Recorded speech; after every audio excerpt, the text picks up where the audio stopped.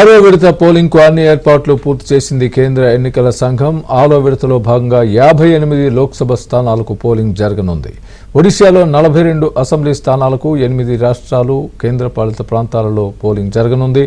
ఢిల్లీ, హర్యానా, బీహార్, జమ్మూ కాశ్మీర్, జార్ఖండ్, ఒడిశా, ఉత్తరప్రదేశ్, పశ్చిమ బంగాల్లో పోలింగ్ నిర్వహిస్తారు. రేపు ఉదయం 7 గంటల నుంచి సాయంత్రం 6 గంటల వరకు పోలింగ్ జరుగుతుంది.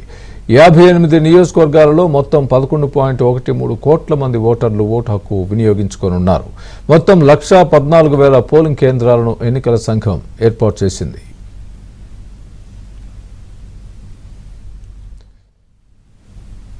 ఇప్పటి వరకు జరిగిన 5 విడతల్లో 25 రాష్ట్రాల్లో 428 లోక్సభ స్థానాలకు ఎన్నికలు పూర్తయ్యాయి.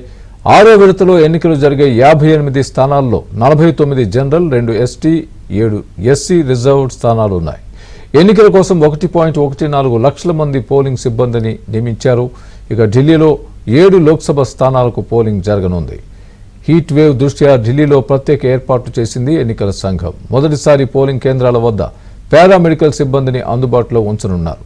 ఢిల్లీలో రేపు 47 డిగ్రీల ఉష్ణోగ్రత నమోదవుతుందని ఐఎండీ అంచనా వేసింది. ఢిల్లీలో ఎండ వేడిమి దృష్ట్యా రెడ్ అలర్ట్ జారీ చేశారు.